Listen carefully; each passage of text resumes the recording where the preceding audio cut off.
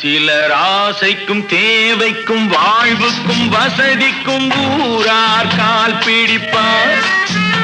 ஒரு மானமில்லை அதில் ஈனமில்லை, அவர் எப்போதும் வால் பிடிப்பார்.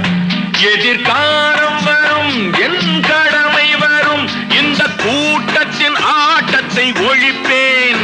பொது நீதியிலே புது பாதையிலே வரும் நல்லோர் முகத்திலே விழிப்பேன்.